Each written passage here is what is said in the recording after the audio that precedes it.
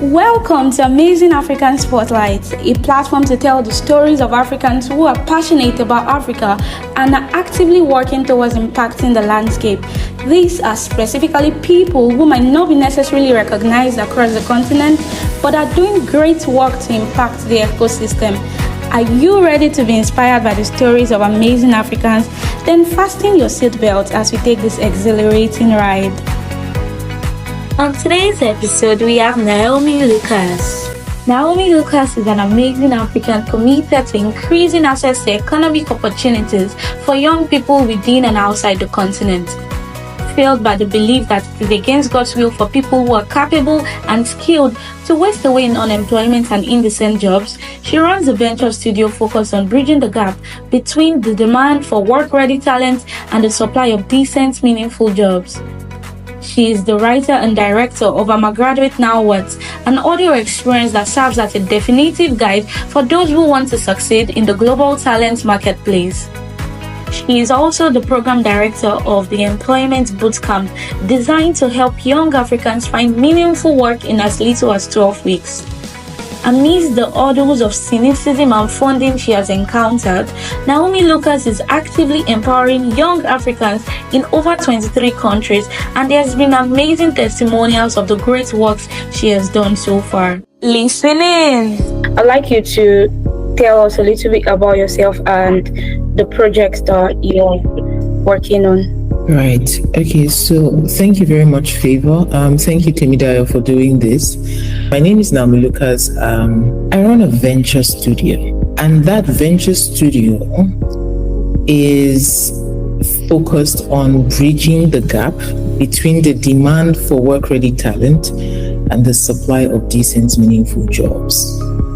Now, just to give you some background, I've been in the youth space for a bit, right? And we've done some pretty cool things. We set up the venture studio because of the insights that we have gleaned from the work that we initially did.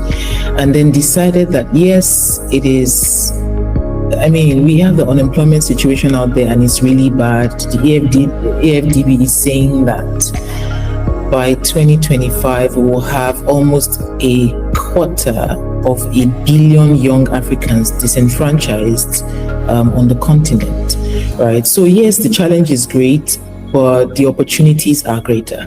So we've set up a venture studio that is really just focused on creating products, solutions, interventions, programs that are targeted at young Africans wherever they may be, and then ensuring that they have the tools, the skills, and the resources that they need to get and stay ahead. That's essentially what I do. Oh wow, that's beautiful. And I love the fact that you mentioned that it's not just restricted to within a location, but Africans generally, irrespective of where they are. So yes, thank you so much. So I would like to ask, how did you start? Was there something that spurred you into creating this, or maybe the story behind it and how you started? Yeah, something did. So in my previous life, right, this is my second life.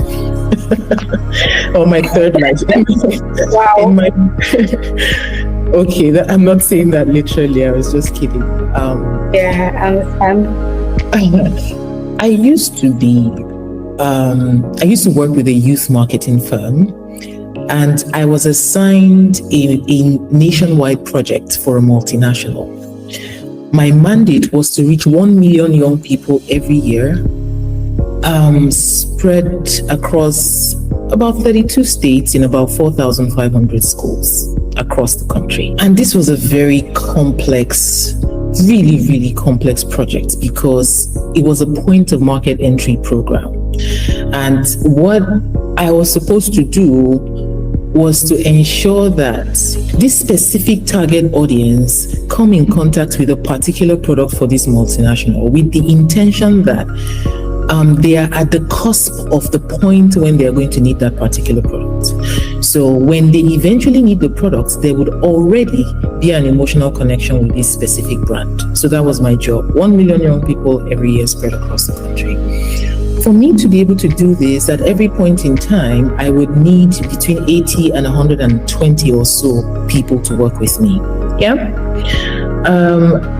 And it's a lot of people to recruit within a short time. I had a very short time to roll out. So it was a lot of people to recruit. So what I did was I recruited some really key people and then sent them, like evangelists across the country. They were supervisors, but I sent them across the country to recruit in the locations where I knew we were going to need people. And the way it worked in my head at the time was that I would go to those locations, with jobs in my bag, and then just, see a cluster of young people that have already been shortlisted and say, okay, so Favor, Dio, and co, you qualify, come with me.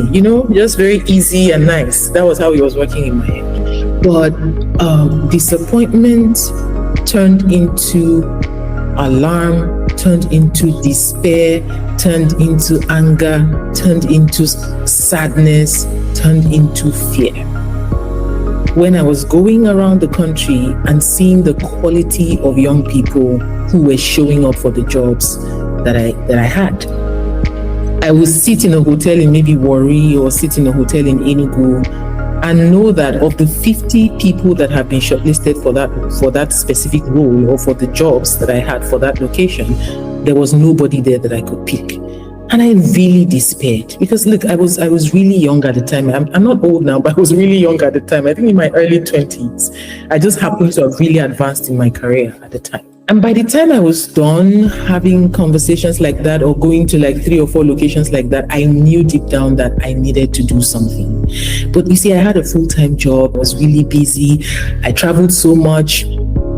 The cabin crew members called me sis, we knew ourselves so much because of how much I traveled. But I knew that I really needed to do something. I just wasn't sure what. So what I did was I decided I was going to create a blog, right? And then I did. I just created a blog. And what I wanted to do with that blog was talk about the things that made me not select these people when I went to those locations, and then tell them how they could get past the challenges that I had seen. That was essentially how all of this started. And in my mind, when I come back from work, I'll just, maybe when I'm done about to sleep, I'll spend an hour or two and just respond to the comments or questions that anybody has, and then the world will be a better place, right? That's how it was working in my head again. But it wasn't long before I became very, very overwhelmed. The questions were pouring in from left, right, center. I would stay up late into the night responding to young people that I didn't know, would probably never meet, from all parts of the country about so many things. And I just thought, I can't. I can't do this. Like, this is too much. I didn't plan for this. I can't, it was just really overwhelming. So I really began to think about, what do I do? Surely there must be a way to be able to reach these people where they are with this information without me having to regurgitate the same or similar things to different young people about the same or similar things. Surely there's a way to do this. I kept thinking, how do I? And that's how we ended up here today. The direct product that was created as a result of me asking is an audio production called I'm a Graduate Now What. I'm not going to talk too much about it except if the opportunity presents itself, because that's not what I want to talk about during this call. But it's called I'm a Graduate Now What. And it's a book that I wrote and then wrote the scripts for it, had it dramatized and narrated by 56 Nigerian influencers and celebrities, and then distributed it via streaming platforms, over a dozen streaming platforms, Apple Music, Deezer, Spotify, you just name it. Again, what I was trying to do was to reach young people, and it was a very huge experiment. Like, if we leverage mobile penetration and the fact that it was increasing, if we leverage young people's attraction to the creative industries and things that are creative, if we're able to put it in a format that is easy for them to consume and in places where they already frequent, maybe we might be able to make a difference. And I can tell you that with very little marketing. It was actually very organic marketing, mostly driven by the celebrities themselves and then the telcos we worked with and the streaming platforms. I'm a Graduate Now What has sold almost 1 million copies. Wow. Yes. So yeah, that's what spurred it, to answer your question. Wow, that's awesome, and it's really true because even till now we still have young people, mostly people in school, who really don't have an idea of what the outside world looks like, and then sometimes they wait till they have graduated or probably done with NYC, and they now begin to apply for jobs, and they are seeing that they were never prepared, they were never informed. So this is really a great initiative that you started. So I would like to ask, what was your key motivation? Is it the passion for young people, or like you shared in your story, it was your work, or what was your key motivation to follow through with this? So I'm going to go spiritual. I sincerely believe that unemployment is ungodly. I sincerely believe that it is against the will of God for people who are capable, who are able, who are skilled, who have capacity to waste away. It's unacceptable. And it's not something that I am able to live with, that it exists and then the world is just going on like all is well. This is the future of the continent. And the future is not prepared, and the future is not skilled, and then the future is being disenfranchised. It should be a global emergency. Wow. I never really saw it from this perspective, but this is really, really beautiful. So what are the challenges you have faced, and how have you been overcoming them?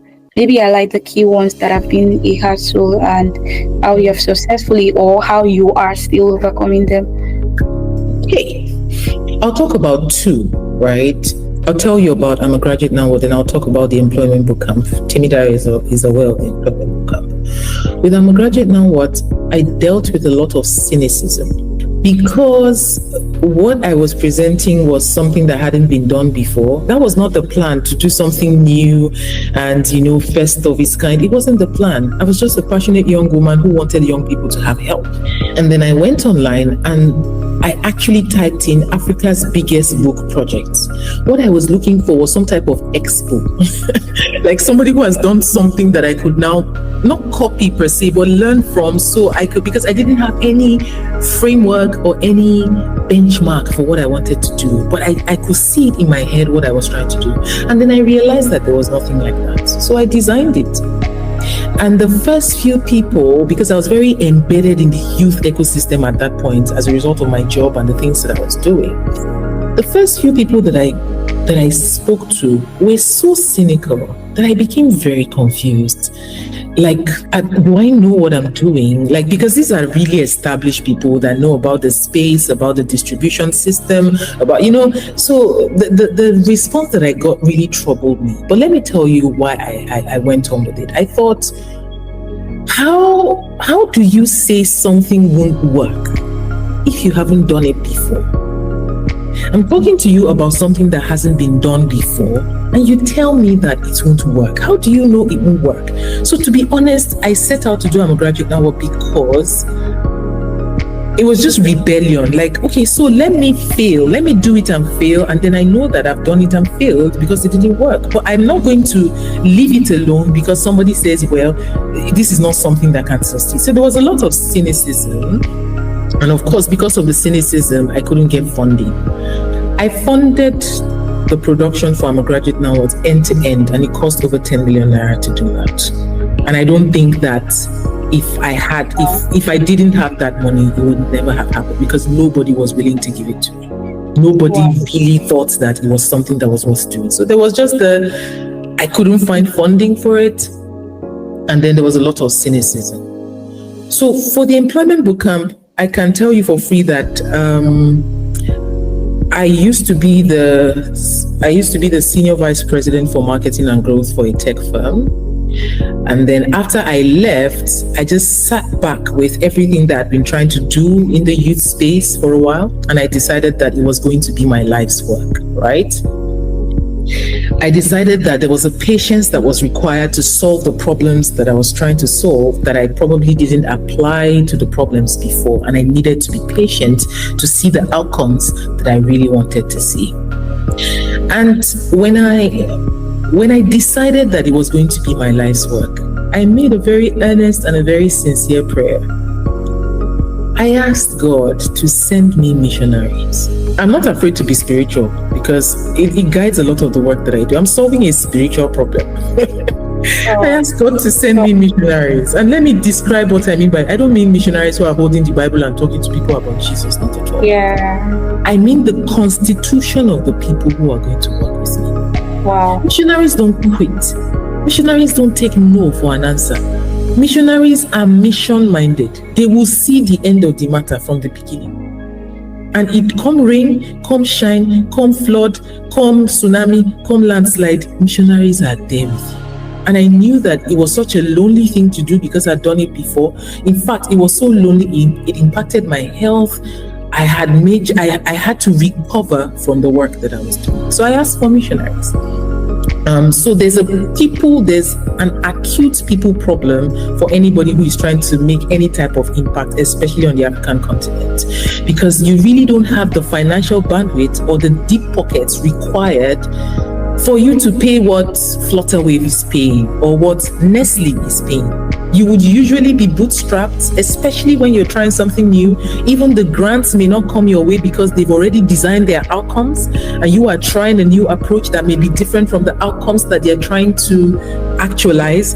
So you're not really able to get the kind of funding that you're looking for. So right now, I'm bootstrapping. It's very hard. It's very challenging. But like I said, it's my life's work. So people, cynicism, and funding, those are the three things that have been really key challenges for me trying to make impact. Wow. Oh my God, I'm short of words, but what you do is really, really commendable because I feel like that's why it's important to really celebrate those people who are doing the work, because the challenges that people encounter when they want to start out or when they are starting something, especially in a continent like Africa, can be overwhelming. So it takes a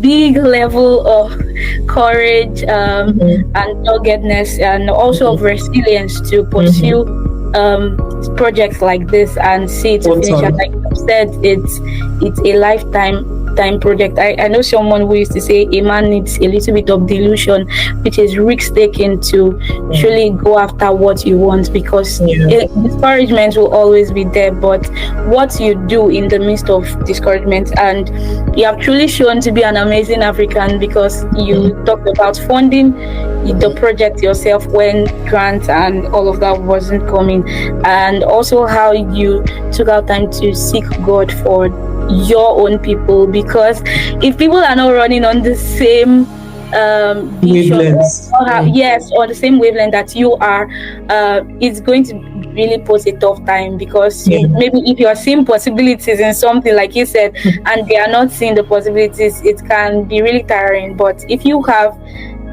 your set of people, your tribe kind of people, makes the work, even if it's not easy, but it makes it possible, and that's really a good one. So to the next question is, what inspires you whenever you see this work that you do? Is there anything that drives you? I think you've mentioned your motivation, but is there any other thing that inspires you to do the work that you do? Yeah, it will be twofold. Okay. The first will be the people who work with me. So for someone at my level, it's very easy for me to re-enter the workforce if I want. If it gets hard, I can just make a phone call and say, okay, so I'm looking to cover so-and-so region and I'm looking to offer so-and-so services. I know that you're building so-and-so products. Yeah, can we talk? And I'll just have coffee and suddenly I'm the global president of something somewhere. It's very easy to do that.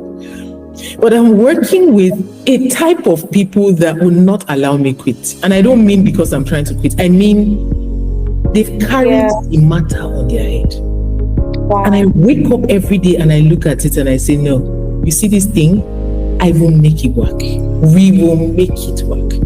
If these people are committed like this, quitting is not an option for me. The second thing is, so with the Employment Bootcamp, we have a lot of, I can share testimonies with you, maybe videos for you to just watch to get context, but we have a lot of young people who come for the Employment Bootcamp who are just, gosh, so confused, so scattered, so frustrated, anxious, browbeaten, tired, depressed. That's how they come. It's like a hospital. And it takes so much to get them from point A to point B. We've designed a system that does not allow them quit. Because by level 1, level 2, they want to quit. We have our live review sessions and they're crying. They will tell you that the most emotionally stressed they've ever been is being in the bootcamp. So they want to quit. And then you have sessions, they're not showing up, and then there's somebody somewhere who is calling, encouraging, doing everything to make sure that they don't quit. And then it's almost like dragging them and carrying them and supporting them and pushing them, and they keep going, and it's so hard, you know? And then when you see the young people on the other side, it's like, okay. You see the way they're running their mouth, they're so confident, they're so clear, and then they'll tell you, yeah, I resigned because no, that job is not for me. I know what I want to do. I want to do that. I'm like, It's so beautiful to see. You know, my reward is not in heaven. Every 3 months I see my reward. It's in the young people who are so transformed, they can't keep quiet. Wow. For incoming cohorts for the Employment Bootcamp, word of mouth is over 50% of the lead generation. You just see this person, that it's actually the bootcampers who are our marketing tools. And we're not even actively saying, go and sell this, do that. They just can't keep quiet. So yes, the stories of transformation that comes to me every time, I cry a lot. I watch their impact statements and I'm just like, gosh, okay, right. And then the people who work with me, they are so gangster. Like if unemployment was a person, they are in a ring and they're not giving up that fight. Wow. Yes. Wow, just like I said earlier, that's like one of the advantages of having your own people that go with you through thick and thin. That's really beautiful. So I would like to ask, what's the overall or the long-term vision for this project, and as a result of that, what's your vision for Africa? What are you hoping, or you are already doing, right, to solve, and you want to see about the narrative of Africa in the coming years? So you can talk about that of your work and Africa. Okay. So the long term, what we call it our North Star, right? And remember, I know that you've been referring to project, but we're a venture studio, so I've just referred to a couple of projects, and to be honest, there are others in development and there are others that I haven't talked about. But as a venture studio, our North Star is essentially developing products and solutions that help young Africans get and stay ahead. As it is right now, we are actively reaching young Africans in over 23 countries.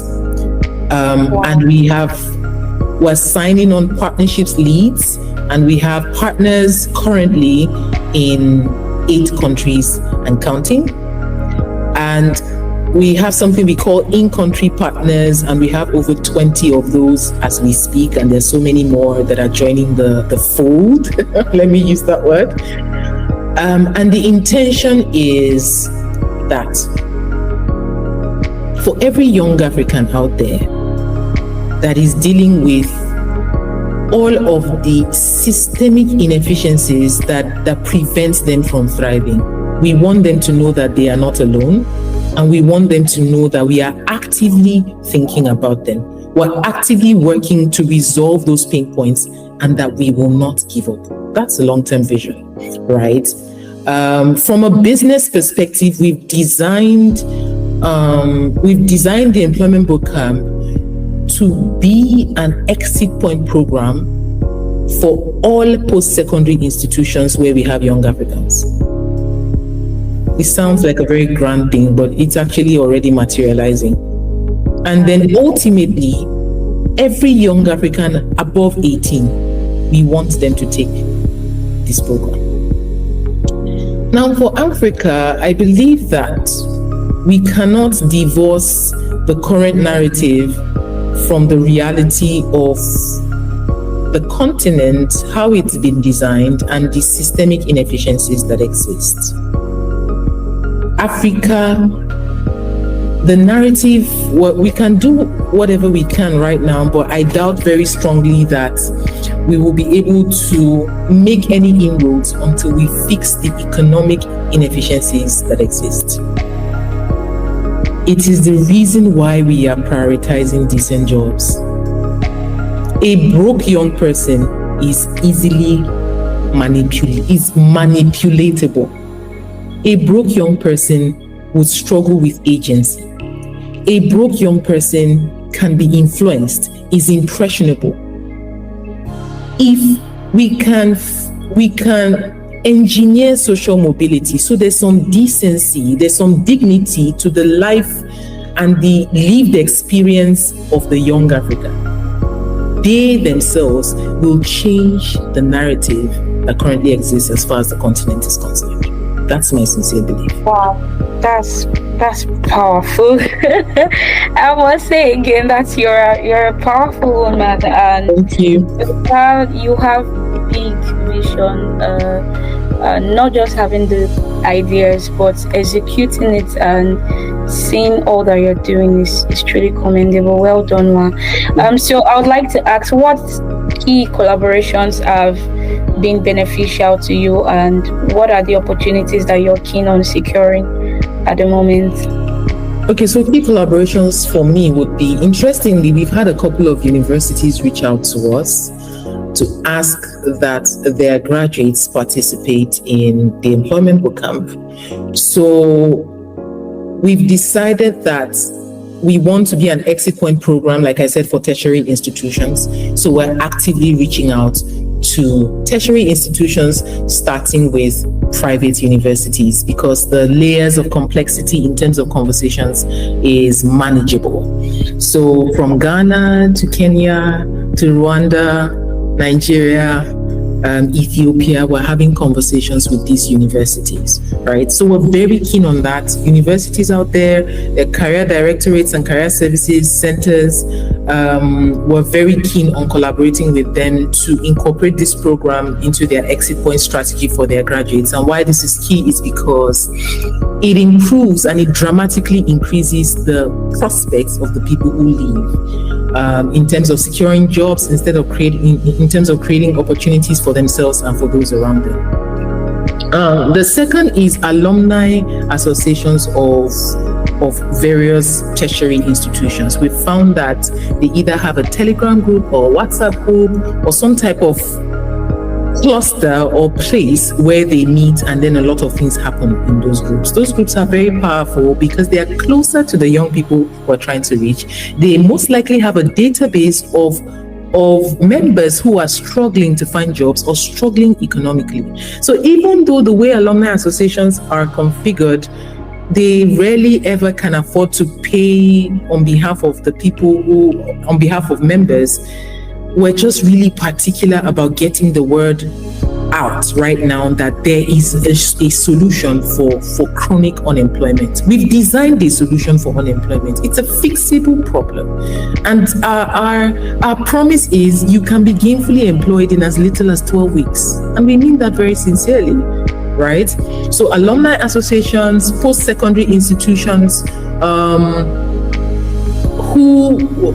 for whom the language of instruction is in English. This is very important because we've had a couple of interest from maybe Kinyarwanda, Swahili, what do they speak in Ethiopia, and French, but we don't have capacity to execute at that scale yet.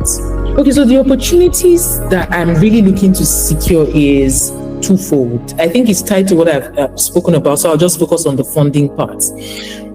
We need to be funded. For the scale of work that we're already doing, we're practically performing magic, being bootstrapped. So we're starting our angel investment pre-seed round, and we're actively looking for funding. So if there are any investors out there who are interested in impact-driven work, we're a for-profit venture studio, right? We're not an NGO. Like you pay, we have a sustainability plan and there's a business model. But for impact-driven investors who really want to drive the outcomes that I've just spoken about, we would be more than happy to speak with them.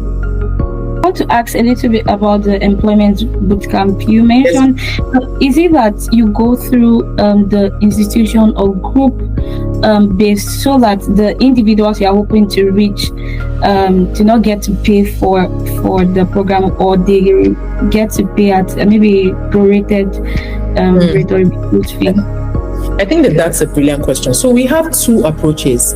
We have the direct to consumer approach and we have the business to business approach.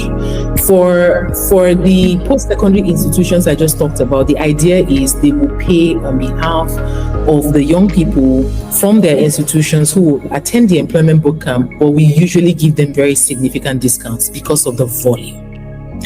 But there are also over 23 million unemployed young people in Nigeria alone. So then we were very particular about a direct-to-consumer approach, right? Where anybody that falls within the target audience for the program can actually just apply, and once they are selected, they can pay and attend the program. So those are the two key approaches that we take. Businesses who pay on behalf of the youth clusters that they want to attend the program, and then direct to consumer, where a favor can say, I really need this in my life, and then just pay the commitment fee that is attached to it. For someone who has an idea or a vision and maybe still in the ideation stage and is thinking about, or maybe is overwhelmed by the level of risks and challenges that she has to take to start, what advice would you provide for the person?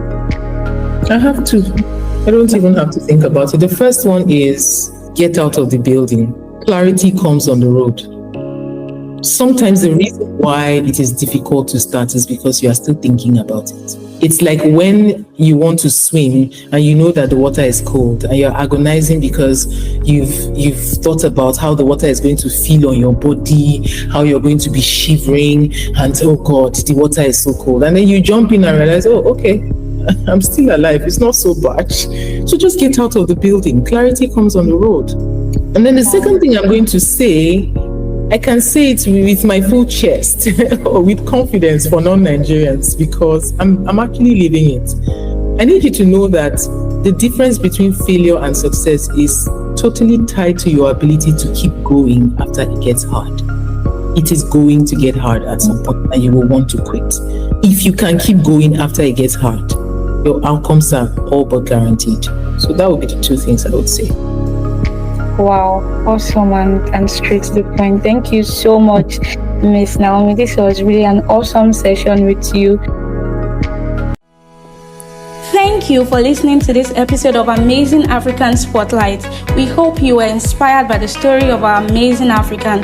Do well to stay in touch with us for more episodes like this by subscribing to our newsletter on LinkedIn, here on Spotify, and following our Instagram handle at Amazing African Spotlight. You can find the links in our bio. Until next time, bye.